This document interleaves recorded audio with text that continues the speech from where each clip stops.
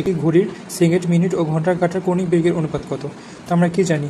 আচ্ছা, আমরা যদি প্রথমে নর্মাল কমন সেন্সে চিন্তা করি, তাহলে কৌণিক বেগ বলতে গেলে কত তাড়াতাড়ি ঘুরতে পারে। তো সবচেয়ে বেশি তাড়াতাড়ি ঘুরে কোনটা? সেকেন্ড, তারপরে মিনিট, তারপরে ঘন্টা। তাহলে অনুপাতে প্রথমে যেটা আছে ওটা অবশ্যই বড় হবে, আর লাস্টে যেটা আছে ওটা অবশ্যই ছোটো হবে। তো এরকম অপশান আছে দুইটা।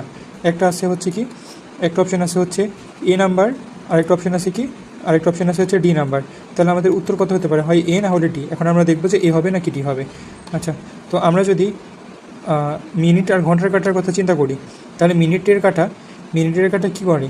মিনিটের কাটা 36 সেকেন্ড 3066 সেকেন্ড পর পর এক জায়গাতে আসে, অর্থাৎ 60 মিনিট পর পর এক জায়গাতে আসে, 60 মিনিট পর পর এক জায়গাতে আসে, অর্থাৎ এর পর্যায়কাল কত? এত।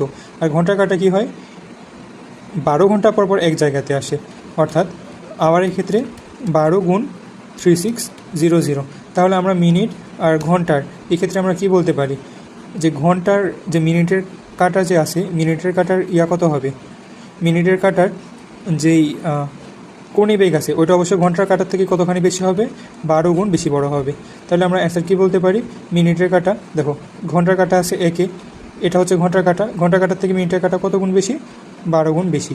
আর মিনিটের কাটার থেকে সেকেন্ডের কাটা কত গুণ বেশি? তাহলে হবে 720 গুণ বেশি। তাহলে আমাদের অ্যান্সার কত হবে? তাহলে আমাদের অ্যান্সার হবে ডি নাম্বার।